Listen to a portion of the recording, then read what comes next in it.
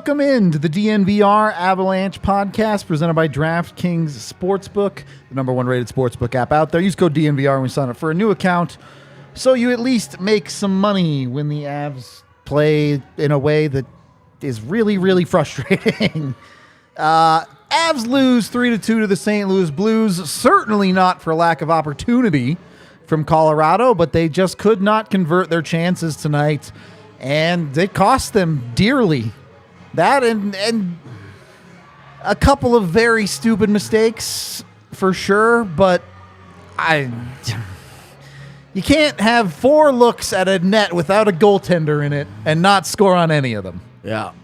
It's too many of those chances missed. Well, and the last one was really bad because it was an open net that they didn't even try to shoot into. Yep. Yeah, Erod passed it. Yeah. And it was like, buddy. So, like the first few you're fine with, right? Like you got a I guy. would not say I'm fine with the first few. What are you talking about? Hunts? Yeah. He's getting stick checked. That's a hard one. Is he an NHL player? He should be able to put a puck into an empty net. Oh, hey, Which okay. which one of those is okay that he doesn't score?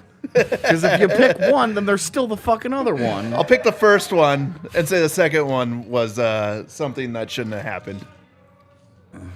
Definitely was not Makar. It was a right-handed guy. So, Yeah. Makar is right-handed. oh, you're right. You're right.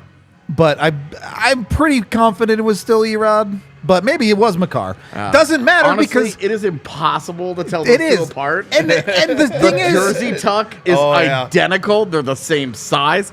It is amazing how hard it is. And the thing is, even if that was Makar, there was another empty net which Erod did not shoot the puck into on a power play because he fumbled it. Yeah. Like, It really doesn't matter which guy it was. No. Yeah, not on this one. yeah, I guess I'll do it. 3, 2, 1.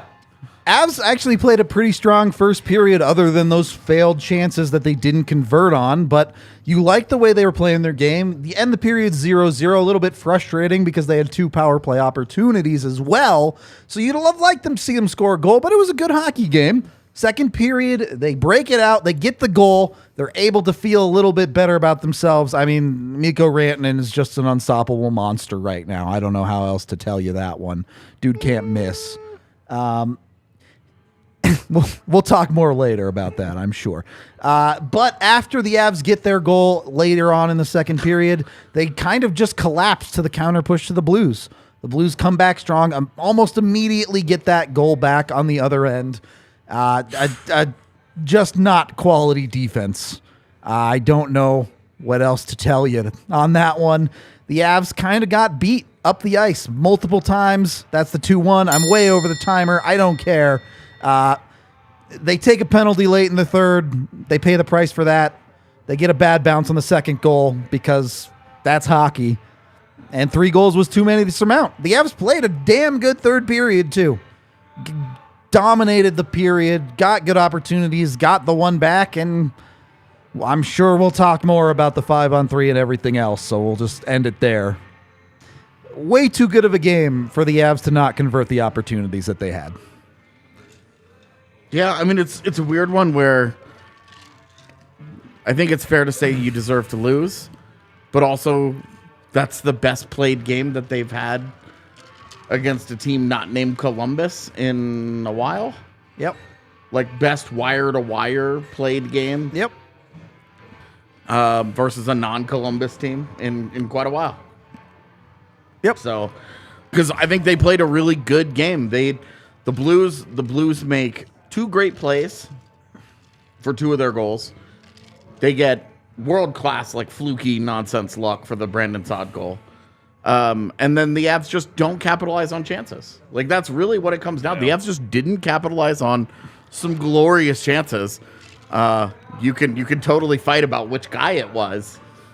But the fact that we've got 4 to pick from, right off the top, 4 of them, where it's like, you had the goalie out of the net, the goalie's beat, And those are just the ones where it's like, those should be free goals. Yeah, like... And you're not even you're not even going to fret over all of them, but it's the fact that there were 4. Yep. Because it's the NHL, and like sometimes you do just miss one. Yep. You miss one. you just boof a chance. And, One. like, those things happen. Everybody gets one. But as a team, 4 of them, and then as a man, Dryden Hunt tonight, 2 of them. Yep. One of which, like, you could complain about the fact he's getting hooked or held or whatever. Like, whatever. For me, I'm not here for that shit. But the second one, like, there's no excusing it. Even if we're doing mental gymnastics to erase one of them, you've got 3 empty nets that you just pass up on. Yep. That's not why good it's like, enough. look, they're.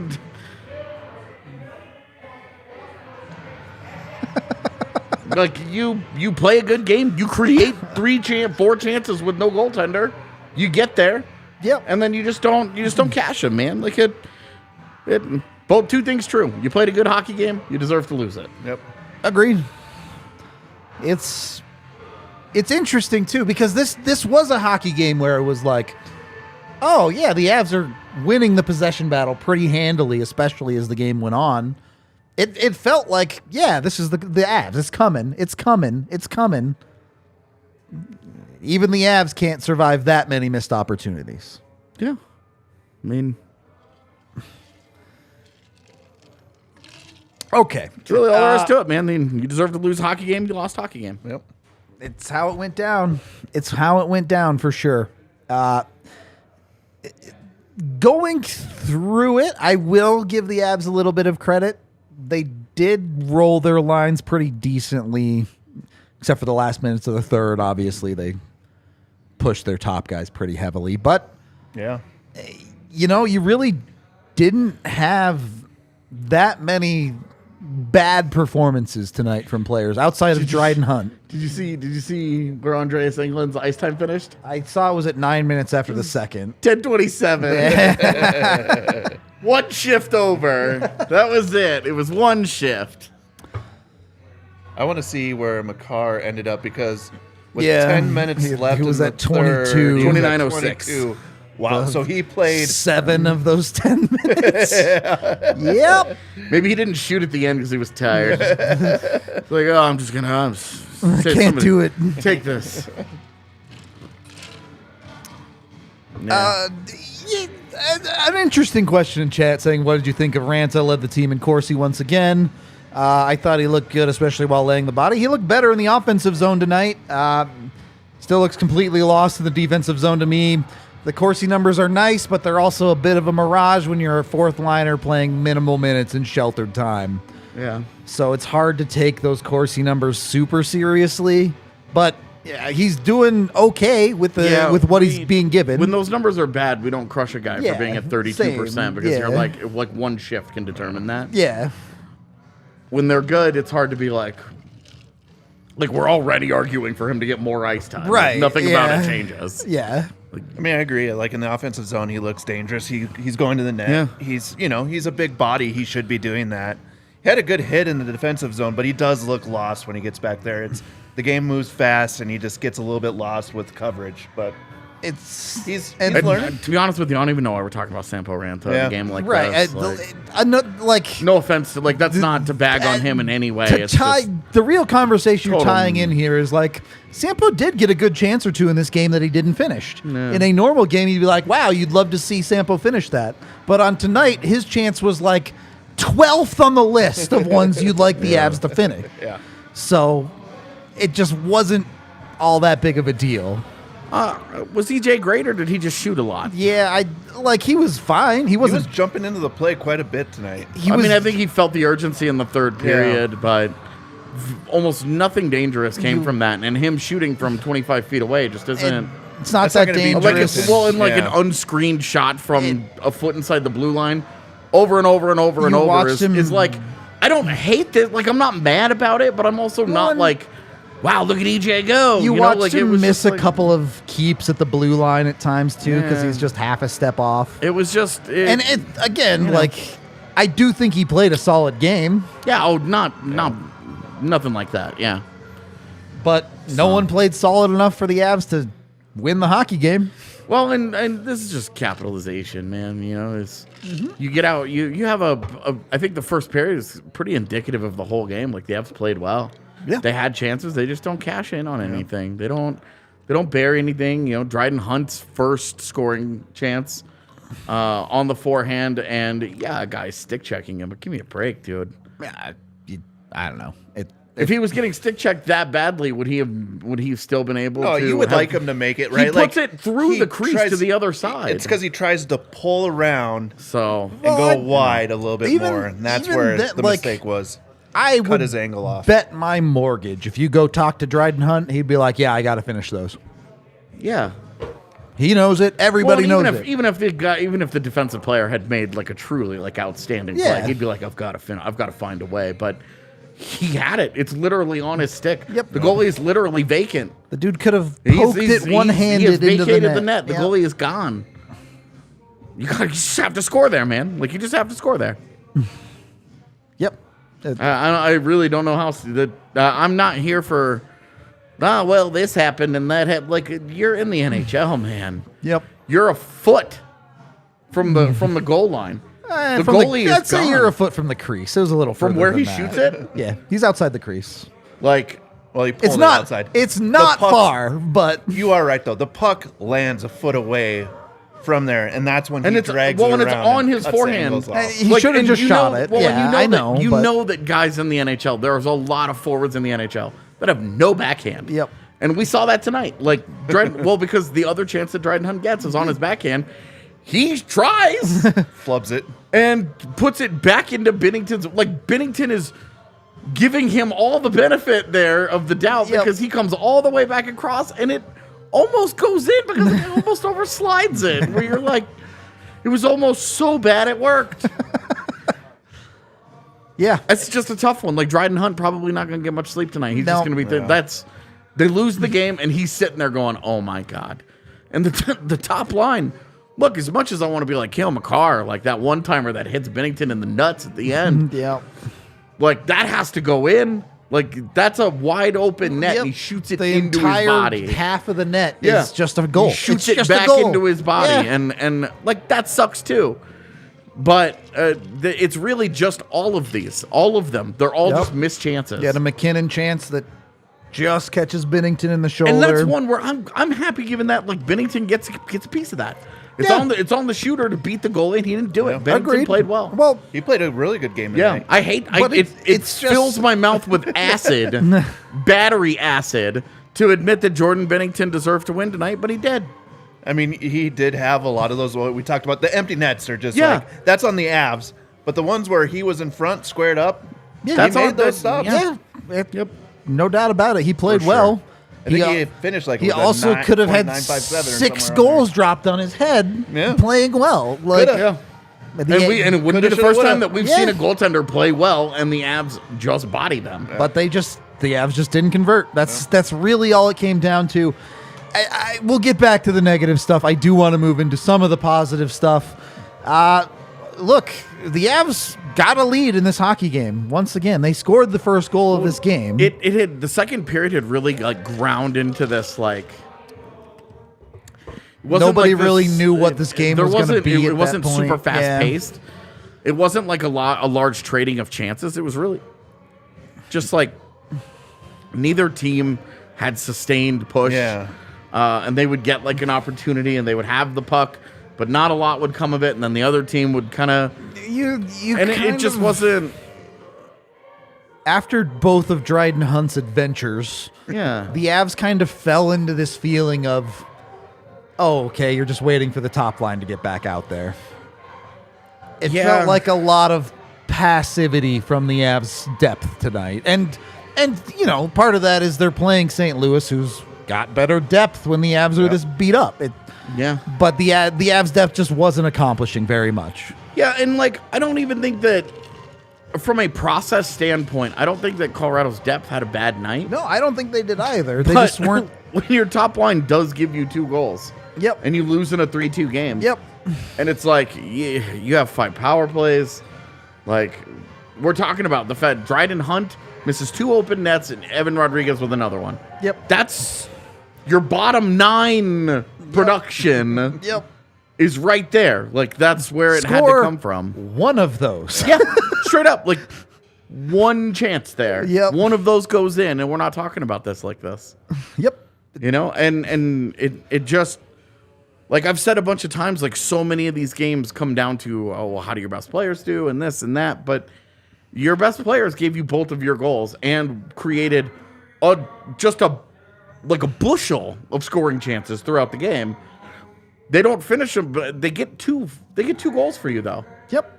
And so it's really hard to be like, what more? How much more can they What do? Yeah. more are you asking from them? They each of these guys have given you 3 and 4 point games in the last, and that's how you got For the your winning last streak. 5 straight. Yeah. Your winning streak was built predominantly on your top line, giving you superhuman performances. And tonight they were just great instead of elite. And that's not enough. Like, if Yeah. I'm Nathan McKinnon, I'm smashing everybody's sticks in the locker There's a room. reason there's 18 dudes skating around. Like, I'm so frustrated looking around. Like, just give me one. Yeah. Just one. Yep. And then we'll get into overtime and I can lose it first. But just one. Just one. Like, because each of those, each team makes great plays for both of the goals. And then the difference is a nonsense. A stick. Yeah. It's a total nonsense goal that you just have to overcome that. Yep. Can't even be mad at Georgiev for that because of the way that puck I think he it could have goes played it off better. the stick. I and think he then could have. It goes off the stick and lands on the back of his skate I and get it. trickles in. I get it. What It's- the fuck are you talking about? His blade is on the I know. post. I know. The puck And, like, bounces over it, lands And on then the back of his skate, and just dribbles in. It's not. Yeah. Like. And that's after the first goal. Robert Thomas doesn't score that initially. Yeah. It goes off the It post. goes off the and post then down and back hits the in- back of his And foot. then And everybody he, just stopped. he had Yeah. given up on it because he thought it was in, and the Yeah. official signaled that it was in. even though it wasn't Incorrectly, but it goes off like my gosh. Yep. It's tough. If this guy having a stroke in chat continues, can you give that guy a timeout? Yeah. I don't know what he's. This. Yeah. So It might be someone trying to English. yeah, I'm just but- not sure. He's struggling bad. Struggling bad. The result was not 4-2, if that's what you're asking. It was a 3-2 final. Yeah. Anyway, Anyway, like it's a weird game to try and break down and analyze because again, I think that they played a good hockey game and they got the outcome. I mean, you get a 5-on-3 at the end of the game and you don't cash. Like 6-on-3. yeah, well. do we want to get into this yet or no, save it. We are brought to you by Breckenridge Brewery, the official beer of DNVR. You can get it at your local liquor store. Games like this one, I can see how they would make you want to drink, for sure. Use breckbrew.com to find it. You can also find a bunch of amazing Breck Brew merch on there. Also, be sure to use Game Time if you want to get tickets to the Avs or any other sporting event, whether it's here in Colorado or around the country. Game Time has prices up to 60% off of other locations. You can use that link in the description you can see on screen right there. It'll take you to Game Time. That helps us out when you use the link. Lets them know we're sending you over there. So please do that. And yeah, you can get views of the seats. You can get great prices, especially if you wait until like day of and do the, I don't want to say the scalper thing because Why? scalpers have like a bad connotation for some reason that I don't really understand. Well, listen to the name, man. Yeah, I know. It's violent. And like I understand it being a bad thing when scalpers buy tickets and then pay double the price. Yeah. Like that sucks. But for most of my life for the Avs scalpers, we're like, you go down and get tickets for like half the price. So it was actually a good deal to do it that way. Anyway, go use Game Time. Yeah, it's sweet. More importantly than all of that, though, Thursday night. This is your last chance. If you're a DNVR member, this is your last chance to get the $20 ticket Yep. to Thursday night to come see Adam Foote, Milan Hajduk, John Mitchell, a bunch of ex-Avs players, even some NHLers that aren't from the Avs are coming down. They're hanging out. You can hang out with them. They're going to watch the game with us. It's going to be an awesome time. You can go find the tickets on thednvr.com. You got to get the ticket if you want to come in. I'm telling you now, the price is going to go up tomorrow. You're going to have to stop that. Sorry. Thank you. Price is going up tomorrow, so get the tickets now. You got to get in on it if you're a member. You got to come say hi to these dudes. Lacroix Hockey putting the event on. There you go. Nighthawk's going to be there. So Probably in a Colton Parayko jersey, making it awkward for everybody. killing us. Go check it out. I don't know. Is that the jersey she wears? I don't actually know. I don't know what her Blues jersey is either, to be honest. I said that and Let us immediately went into doubt. Yeah. I don't know.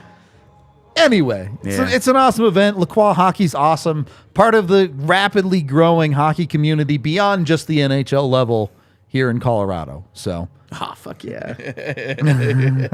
Take that, brain tumor. second period of the DNVR Avalanche podcast presented by DraftKings Sportsbook. Hold off on the 5-on-3 a little bit. We'll get there in a second. Joy. So much fun to talk about that. What happened on the third goal the Avs gave up? Obviously, you take the stupid penalty at the end of the second Is period. it a stupid penalty? Or is it a stupid penalty call? I mean, It was both. the interference, right? Yeah. So I could see how you could get to interference on Comfer. I don't know why they took Rantanen instead of Comfer. Yeah. I could see how you could get there with Comfer. I'm not saying it's a great call, but I could see it. I have a really, really, really hard time with that call, specifically because they encourage and want like rugby-style scrums right off of face-offs. Yeah. Where they let tons of crazy shit go all game long, and then you arbitrarily, and you're right, call the wrong guy. Like, I have a really, really hard time with that call because you never see it unless it is like, it's got to be like world-class, blatant, this is really bad. We absolutely have to call this. And I struggle with the call itself, but no excuse for you to come out and Devon Taves to just Completely misplay it. completely Yeah. misread that. He never accounts. If you go back and you watch it, he never accounts for Jordan Kyrou. Yep. I mean, Not Kyrou once. was flying down. Yeah, but towards he there. in no way adjusts to it. He's not prepared for it. He opens up the door for Jordan Kyrou to blow his doors off. And that's exactly what Kyrou So, did. for what it's worth, what I think Taves was seeing on that play is he saw LOC, who's drifting to the outside, and in his brain, something with Taves just went, okay, LOC's taking that guy. And obviously that doesn't make a ton of sense. He even takes a but- step towards the Yeah, inside. right. Like he's switching almost with LOC. Yeah. And like never accounts for him. Not one time, not one thing that Taves did accounted for Jordan Kyrou's speed. Yep. And it was like, you just can't do that. Like, that's as bad a misplay, as bad a misread as you will ever see Devon Taves make. Did he see him at all, though? I mean, Because like his stick is even to the it's inside. when even he's worse coming if he just doesn't know that guy is there. Yeah. What are you doing? Yep. up. Yeah. Yep. It's not good. So it's either really bad or it's truly atrocious. Because if he doesn't see him, what? But if he does see him and doesn't account for him, wow. Yeah. I mean, there isn't anything. There's no sugarcoating that. There's no positive spin to that. There's no.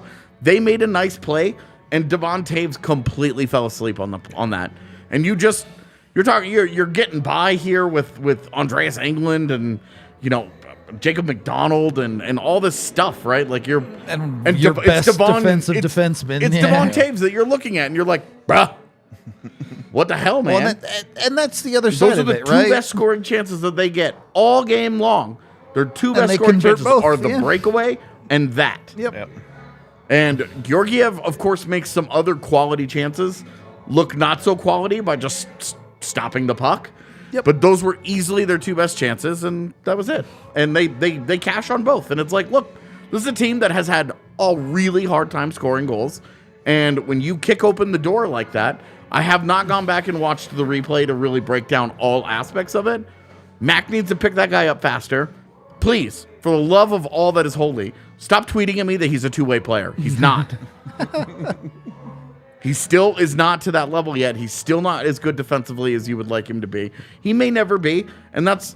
I'm not even saying. I don't think he will ever. I'm not be, even yeah. saying, oh, what a travesty or anything. I'm just saying, it is a thing that has been sent to me a lot this week. I don't know why, but I keep seeing it. It's not true, and that was a great example of it. Yeah, he got. I don't know. All of it was bad. All of it was bad on two major opportunities. And the world you live in, if you're not going to convert the chances that you have on the other end, you can't give those up. That's how you lose hockey games. You have to limit every opportunity for the other team. For every chance you miss, you can't give up a chance. Yeah. So, yeah, I mean, you can hate the idea that the Avs are decimated by injuries right now, but it's true. it's just reality. You're talking for about sure. 4 or 5 guys are playing in their lineup right now that would be in the AHL otherwise. If you don't think that that's meaningful, I don't know what to tell you. Yep. But it is.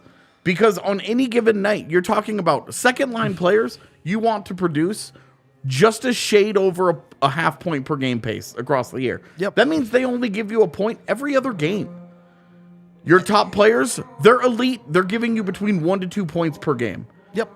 Okay? And so that's how you're getting it. They got 2 tonight out of their top line. Yep. All they needed was that half point, that one goal If the entire rest of the lineup could add up to 1. from lines 2 through 4, Yep. pairings 2 and 3. That's it. That was all they needed. They needed one goal from, hold on, I'm doing the math here. That's 9 forwards and 13 players. 4 defensemen. You're talking 13 about players. 13 other guys. And when 5 of those guys may not otherwise be in the NHL, Yep. you can't tell me that that's not meaningful. And look, like it does matter. It just does. Yep.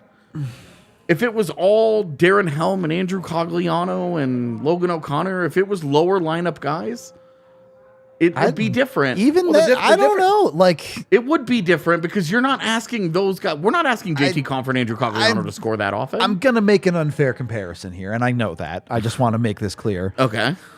But you put Darren Helm in Dryden Hunt's boots on that first attempt. Maybe it goes in. Yeah. Yeah. Maybe it goes in. But what I'm saying though is that you're talking 2 top 6 guys. Those are guys that you are asking to score. Not every night, but every other night for certain. You want to see a Nichushkin or a Landeskog on the score sheet. A bad team is built with high-end talent at the top and then nothing else below it, right? Like, we've seen that before. You've seen teams like this. The teams that go far in the playoffs are teams that are deep. Teams that get scoring not just from their top line, but from the second, third line, fourth lines out there. They get a point every 10 games. You're happy, right? Well, and like you got a 2-goal game out of Logan O'Connor recently, and Logan O'Connor gave you like 3 or 4 goals in a week span, where you're like, look, if that line could consistently do that, those guys would not all be 4th-line players making $1 million right now. Yep.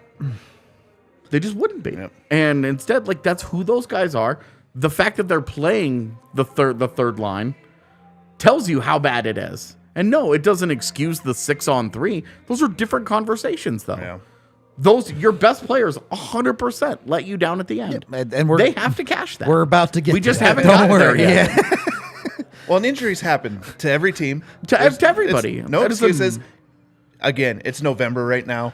Like, it's a good time to be injured. You, of course, would say you would prefer this in November than March. It doesn't actually work that way. No. You can't pick when it happens. Well, you never know. It could just be injuries all through the year. Right. I mean, look at Vegas last year where it started and it just never stopped. Yep. It happens every year to a couple of Where a teams team where just never gets it back together. They never get on track because the injuries are just part of that process. Yeah. You can only be so deep. There's a salary cap. There are guys in the AHL. Like, if you had such good AHL players, they would get claimed on Well, there's waivers. only so much high-end talent around. Yeah. And right now, there's a lot of it hurt on the Avs. Well, and like right now, your serious ace in the hole is that you're like, Alex Galchenyuk is healthy. Yep. He is playing. He's going to be playing for the Eagles. If he gives them a good week, Coming up. you're swapping Alex Galchenyuk out for one of these other guys. You're giving him an NHL deal, swapping him out and saying, let's ride, baby. Let's see how this goes. I mean, they're this close to just swapping him out for Martin Kaut. Thankfully, Kaut ended up being okay. Yeah. Absolutely. It didn't look good. It looked like his knee got blown out. It looked like that's one of those injuries that, like, when you see it live, you're like, did his ACL just explode? Like, well, he gets slashed right on the back of the Yeah. leg where there's no padding, there's no anything. You can see how much pain that he's in.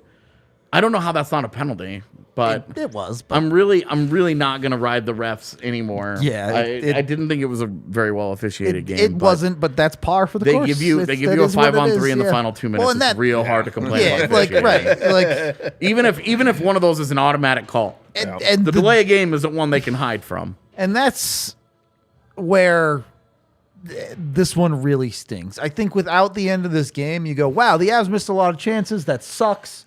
But this was a good game. Yeah. You get an absolute gift of a penalty The silliness.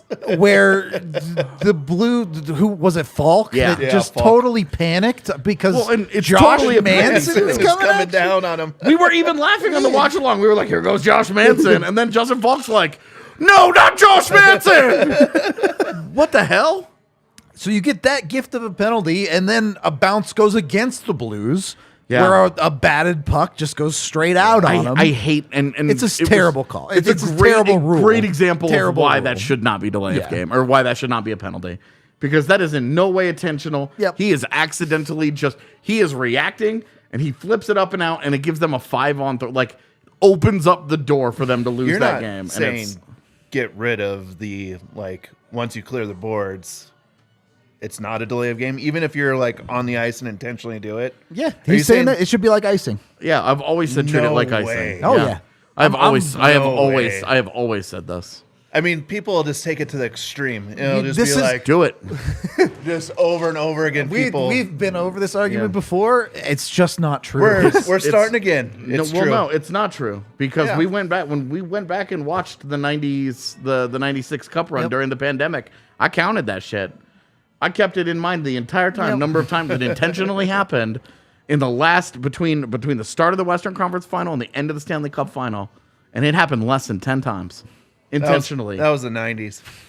Yeah, when that shit happened all the time. They weren't skilled enough to put it over there. I'm just So I'm saying joke. it should be treated as icing, but yeah. whatever. I know Yeah. that there's always somebody who's like, oh, it's a safety issue with the fans. But And I'm- well, it's not a safety. I'm just more of like, turns it into a sluggish game if it happens.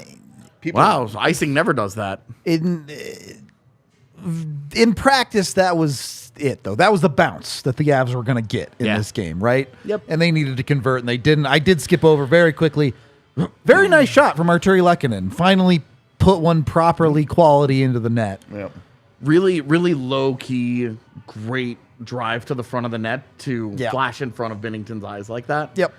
Don't know how much it impacted it, but it didn't make his job any easier. For sure. And as we saw with Eric Johnson, he was clearly seeing the puck from the outside over and over and over.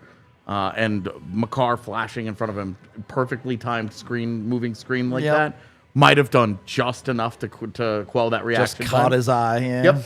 And so that's It was a laser he. too. Yeah, It's a great perfect shot, shot. and Makar already does get an assist on it. But it is a really nice play by him going to that front, unless it's Rodriguez, because I can't tell the difference. That one was Makar. I'm pretty sure it was. of it. Yeah. I'm pretty sure it was Makar, but I don't know. Those two, the problem that I have had this year, it used to be the problem that I had between Rantanen and Burakovsky, where I would get the 9-5 See the and 9. 9-6, Yeah. and I was like, oh my! And it was obviously worse when they had Kadri because their whole fucking team had 90s numbers, and I'm just like, Well, God damn it! I was telling It you was in the so watch bad, along man. that one shift where Erod's dipsily doodling in his own zone, and I'm like, you can't do that.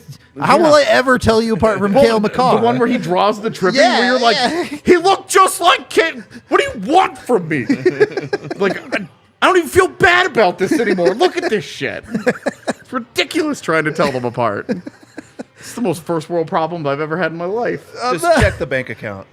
On that note, Can they show it to me? Can they have it posted over their head while they skate? we are brought to you by Fuck, Avaca man. TV. You can get it right now at avaca.tv/DNVR. Just $25 a month for television. Has Altitude, has AT&T Sportsnet, has the national channels, got all your sports coverage in Colorado, completely taken care of. It's got other channels as well with all sorts of crazy stuff on there. I have no doubt they'll have a Hallmark channel with Christmas coming up. Well, it probably won't be Hallmark, but it'll be like, it might as well be Hallmark. Yeah, I mean, it's already gotten going. It's already been delightful. It's Oh been my going God. at our house. Every time I come downstairs, it's on TV. Every night after an Avs game for the last week, I have watched a Christmas movie to go to sleep. So. Go get Avaca so I don't have to listen to AJ talk about Hallmark movies. That's what I need in my The life. funniest thing was today during the meeting, Megan Yeah. being like, "Oh, we should do a fun show where we match up Avs players with Christmas movies," and we were like, "We did this." And she was like in disbelief. Girl, who you telling? I got to that a Anyway, long time ago. Avaca.tv/DNVR. Go get your television hookup for way cheaper than some of the other options. Also brought to you by the American Raptors. Infinity Park in Glendale is where the best rugby in the country is getting played, both men's and women's 15 teams, but also the Raptors playing in league play. They went 5-5 last year, and you can go watch their games for $3. Not $3, $3, $0. They're completely free tickets at AmericanRaptors.com. It's a great venue to just go and hang out, let alone catch a rugby game. So go check that out. Be sure to follow the DNVR Rugby account over on Twitter for as long as Twitter continues to exist. Man, Twitter is not going anywhere. People I know, are just leaving. but I know it won't actually go anywhere. But anyway, American Raptors, check them out on AmericanRaptors.com. Ben Free Myers has a tickets, core pretty injury. dope. It's the official word was core injury. Yeah. Third period of the DNVR Avalanche podcast presented by DraftKings Sportsbook. Okay, we can be mad about the 5-on-3/6-on-3 now. First of all, I want to ask how you guys feel. Yep. 5-on-3, 6-on-3. Which would you do? So I think I thought about this quite a bit after you said it earlier. I think I would stick with 5-on-3. Mostly because, one, it prevents an empty net goal getting scored on you, which I know didn't really come up tonight. But I don't think adding a 6 guy really makes you that much more likely to score in that scenario. Does it not? Because there isn't any real place for that guy to go. Right. It's mostly just go to the front of the net, and that's an extra stick for a tip. But doesn't that just give you more traffic to shoot through? what Yeah, it but feels like. you kind of want some of that. I think it's also situational, right? Like at the end of the game, I think you do pull your goalie because you're going all out. Put that guy down low. Try to get pucks low. Well, yeah, you're not going to go 6-on-3 at 11 minutes in the second period. No. That's what I'm saying. I mean, Like, you might. I definitely would not. Okay. But so yeah, like but that's what I'm saying. Like in this situation, what are the pros and cons to it? Like let's just like marriage counselor checklist I this. just like pro to it. The pro to it is you have another guy to tip a puck in front because that's where you're putting him. Yep. If you wanted to, you could put him up high, and that's another guy to try and keep pucks in. But you already have. You're gonna have a 3. Like you're gonna have the umbrella up there. Be a weird to have a 4th guy sitting up there. so Yeah, okay. it takes up awkward space for sure. Yeah, and then the other thing is that that's one more guy to win a puck battle to a loose puck or whatever. That's sure. Yeah. one more body that you have out there that is Stick him in the corner. If the puck comes over here, well, grab it. and not even like that, but just like if you wherever you put him, like that's the advantage to it is Right. it's another guy to get you to win a puck battle. It's another guy for a tip, but you don't like have like a 6-on-5 or 6. You certainly have never practiced 6-on-3, so you don't have like all right, here's the plan. This is where I'm putting this guy. So the con is it's one more guy that you have to shoot through. It clogs up the ice that much more. It's almost like having another defender out there on accident because if they had the 4th guy, that's where he'd be. Yep. Pretty much. He would largely be in front of, he would be standing in the shooting lane where your guy now is. And it just makes it just a little bit harder. Now, other pro is that's another guy to screen the goalie.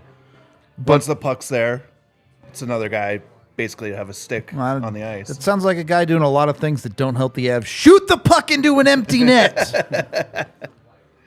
But I genuinely wonder what the statistics look like. Like, there can't be that many minutes of 6-on-3 time played ever in the NHL. All of the stats websites that I use that track it, there is no 6-on-3. That's not even an option. Yeah, Like, because it's like this happens so rarely. Yeah.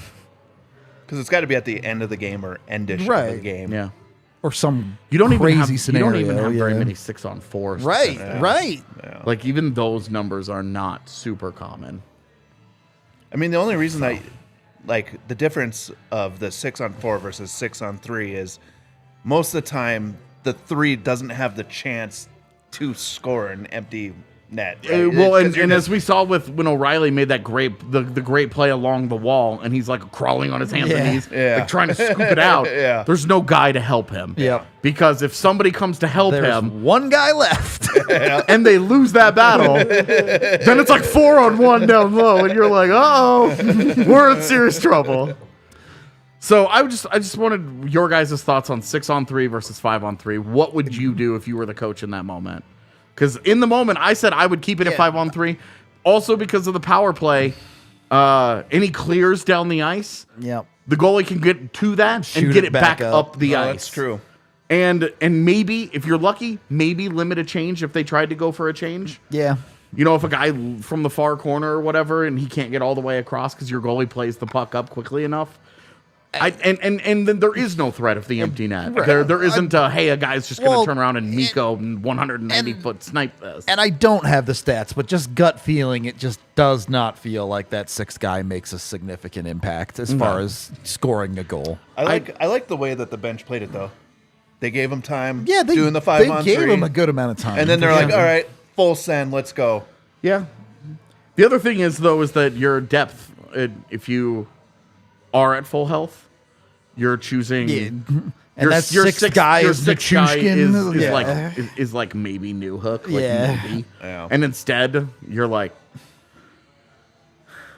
go get him, Count. Like, you know, like you're really struggling from a personnel standpoint on that. For sure. So Fair enough. And again, the 5-on-3 wasn't bad. They I had good also quality do think opportunities. That the Nichushkin and Landeskog specifically being the two guys that are out really directly impact really that hurt unit. that situation Yep. because those are guys who excel directly in front of the net.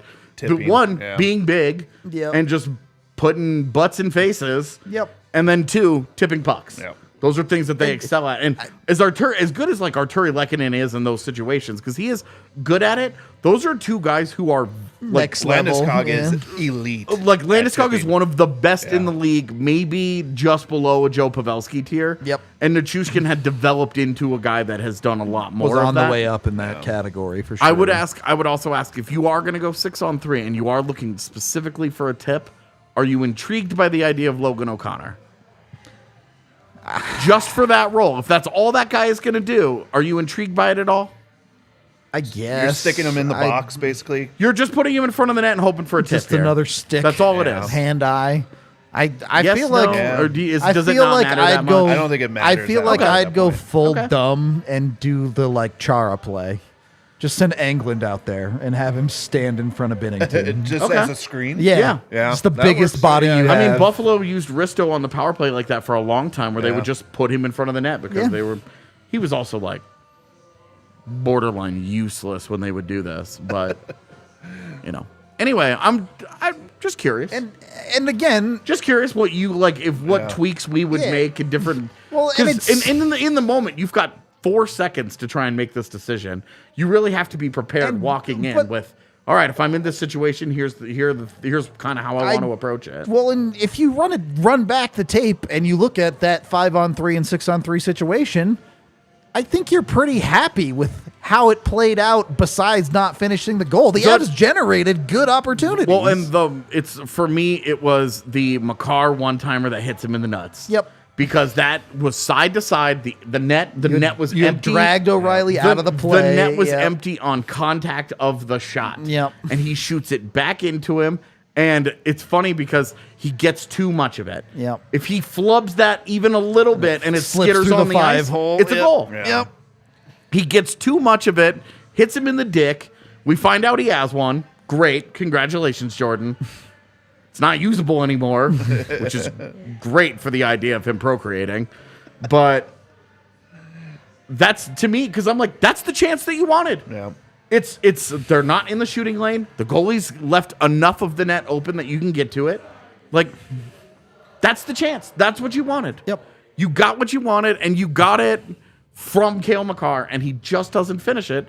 And that's one where that's hockey. And then- it's really, really hard to score goals. Sure, but then you get it again if it is Cale, and he doesn't even look at the net. That's the one that really frustrates. Yeah. Because he doesn't try. Yeah. I can live with the fact that Binnington gets over there and, balls out. Literally balls out. A dude made a better play than your dude. Exactly. Like, You can live with that, but when he doesn't try, Yeah. that's one where you're just like, well, now I'm going to go to sleep making up how that play would have been. I get to decide. I get to decide what the celebration would have been had he scored. Yeah. Because we'll never know. Yep. That is an alternate universe now. Oh, that one was bad. They're all bad. It's just that one was the critical one at the time, right? Like, I think forcing the shot to McKinnon too was like a little, I hate it. I hate it. too much. it Why was are you doing overzealous. this with the worst shooter? You have a player in Mikko Rantanen who is like a career 18% shooter. I actually don't know if it's that high, but I know it's in that neighborhood. Not quite that high, but it's close. Nathan McKinnon yeah. is a career 10% shooter. Why are you doing the one-timer with the lesser shooter? If there's one thing that Mikko Rantanen is definitively better at than Nathan McKinnon, it is the one-timer on the power play from that spot, except it's on the other side of the ice. Is it strictly because you have a right-handed shot at the top and he's moving that on his forehand instead of pushing it against his body? And you're worried that he doesn't have enough on it to get to Mikko? Is that why you're going to McKinnon all the time? Because it makes no sense to me that you would continue to force this action. If it's Devon Taves at the top there or Bo Byram, are they going to Mikko instead?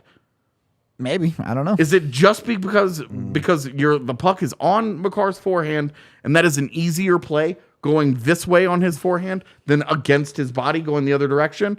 He can get more on the pass. It's a better I just pass. don't know. Given Makar's body control, it's not that hard for him to mohawk the line. I am with you, but I'm saying, is that it? Is that the only reason? Because having Mikko Rantanen down next to the net in this situation, taking away the threat of him shooting it at all, feels to me just bad. It just feels like bad usage. Yeah, I don't disagree. Because you are talking McKinnon, Rantanen across their careers. One guy has been really good at that one-timer. And it's not McKinnon. And it's not McKinnon. Now, McKinnon has slowly added it to his game over the last couple of years, but he still doesn't score on it very often. When he does, it's a thing of beauty. But it is not a common enough thing that I'm saying in a 5-on-3 at the end of the game. He's the trigger man. Yeah. Why is he the preferred option? I would almost rather have Makar and McKinnon switch places, put McKinnon up top, because we see that wrist shot get through. That teams respect it. Exactly. And it's very tippable. There's a lot of different things that can happen with that wrist shot. And you trust that Makar maybe has that better one-timer right there. So, McKinnon, this is a thing that, like, the truth here is that McKinnon is not elite at that skill. Yep. It's okay. It's not bad. He's not bad at it.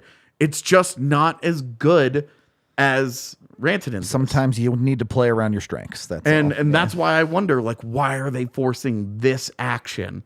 What are they seeing that makes it?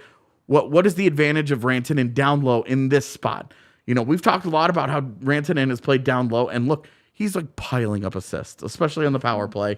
He's a gravitational pull to him every time that he has the puck on his stick. Yep. And he's a wonderful playmaker, and he's made a lot of plays from behind the net on that goal line. I don't have, in general, a problem with I it. don't. This does not bother me. But in that situation, Game on the line. you're Who forcing do you want shooting the You're puck? forcing Yeah. repeated action to the guy that is lesser in that skill. Yep. And I'm just not sure, especially with Lehkonen as the left-handed shooter. God, the more I think about this, the less it makes sense how they do it, because Lehkonen is the left-handed shooter standing in front of the net. If Rantanen were to fake that one-timer and go across the crease, it gets to Lehkonen on his forehand on the back door. That option doesn't exist on the other thing side is- because there's no other right-handed guy there. but Rodriguez is in the center of the ice, so he's not there. I hear you. But they also do like dropping Lecky to that bumper spot and hitting the McKinnon pass, short pass to the middle to have Lecky shoot because Lecky is a lefty. Yeah. And So- he very rarely has scored on that It's action. not. It has not worked. I Yeah. agree with you there, but Yeah. I'm just kind of explaining the process of. Sure, but I'm saying, like, when that's the clear, like, that's their default when they stopped moving the puck around and they started getting desperate. That's what they defaulted They just to. settled into And I'm that, just yeah. saying why? Sure, it's a fair question Because I know that Nathan McKinnon is about to be the highest paid player in the league and that he's an absolute superstar, worthy of all the praise in the world. But when it comes to this one specific thing, Yep. is Mikko Rantanen not the better option there? Well, for tonight, one of those dudes got king of the game, Okay. and it wasn't Nathan McKinnon. So I don't know if that answers your question necessarily, but you look at the shot Mikko did score tonight, and that thing is a laser beam. Man, I'm just not. Guys, can we not talk about roster construction after every game? There's nothing that's going to happen. Nothing meaningful is going to change for a few months. I just after every loss, it feels I don't. like Can you even call it roster construction? Because this isn't the roster the Avs constructed. This is true enough. half Survival. of the. This is the Roster half the survival. roster the It Avs is. constructed for It the is- Eagles. It is Like, survival. Yeah. I'm just saying. Like, I guess I just don't want to do this after every game, or after every loss, because after wins this doesn't happen. But after every loss, it's like, well, the Avs don't have this, and they don't, and it's like they're not going to have this for a few months, guys. Like they have to see what team they have before they know what to do. and go Anyway, get. I do want to give some credit to Mikko Yeah, tonight sorry. specifically. I'm like, I don't want to do it and then talk Not about just it. because he had another 2-point night like he always does, but you saw me Mikko again. Rantanen be the dude who could run people over tonight. Again, Yeah. Again, you're seeing where he's imposing the physicality on other players, and that's when he takes himself from I'm a really good player to I'm Baby Yager. There's a Gotta really grow big that flow out for that. there's but- a really big difference between Baby Kovalev and Baby Yager. True. Anyway, if Mikko plays like that, you're going to get 2 goals out of your top line a lot. Put it that way.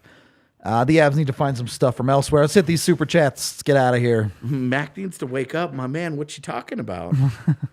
The guy's like 4th in the league in Yeah, scoring. I don't know that that's the take.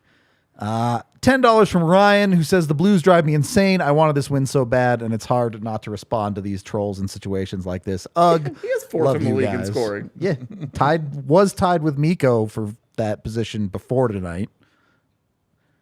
Yeah, if these are, I guess if these are Does it before say game, 23? it does. Yeah, so that's before tonight. All right, so he's at 24 now. Yeah, And Mikko's at 25. Yeah, All right, so he's still in 4th because he Math breaks the adds tie. up. Look at that. He breaks the tie with all these guys who didn't play. And Mikko moves up to 3rd next to Pasternak, and McKinnon now is 4th in scoring. Thank you for the love, Ryan. Yeah, there is some animosity between the Avs and Blues these days, for sure. Yeah, definitely. I mean, I don't know that tonight would have been really frustrating if you flip flop the games. Yeah. The Carolina and the St. Louis games, and the Avs beat and they lose this game to Carolina. You're probably like, that's a great hockey game, and I don't give a shit how it ended. But because it's the Blues and because it's Bennington, it's like, I hate everything about this. And this is what happens when you have 2 good teams and you meet in the playoffs. This is what starts to happen. Yeah, you build a little something. Yeah. $20 from the amazing Drew, always giving us money. I think they also didn't want Bennington swinging a stick at their heads with everybody out already. Also, what would be the best drill to get the guys to learn to shoot the puck and hit the damn net? On to Thursday we go. They got I mean, there's no drill that teaches Dryden Hunt how to put a puck into an empty net that you're going to run in practice. It would be hilarious if tomorrow morning at practice the Avs run a drill where Dryden Hunt stands in front of the net and just slowly forehands pucks into the net with no goaltender. And then, Bedsy like skates up to him and is like, "Do you got it?" That would be an all-time. It would be the world's most disrespectful thing from a head coach ever. You need to go like full Peyton Manning in the video room. Someone up there has the clicker. Pop, a picture of an empty net comes up. Click, another empty net. It's not Dryden Hunt do the whole Peyton Manning into the camera. It's either that or you have people doing the Jim Halpert looking into the camera like Just enhance. enhance. How many goals do you have this year? Like one? Yup. What's crazy is the goal that he scored in New York was sick. Yeah, it was like he roofed it from 2 feet away. It's a great goal on Hellebuck. Ugh. What the hell, man? All right, anyway, we're going to get out of here for the day. We will be live tomorrow at our normal 1 p.m. time, so be sure to tune in to that. I'm sure we'll be talking about all sorts of crazy hockey nonsense on that one. Yeah, what's our day off this week? Friday, I think? Friday is the off day. Yeah, after so we're the taking big, Friday off. The big day Thursday. Again, be sure to get those tickets while you can for the Thursday show. Unless you want to pay more, then wait, I guess. They will be more expensive in the morning, so if you were on the fence, you need to hop off and do it now. Thank you for the $1, Spence. It was good to see you at the bar tonight. Wish we could have hung out more, but Yep. homeboy was doing watch along, so That's the life now. yeah, it's all good. We love y'all. We will talk to you again tomorrow.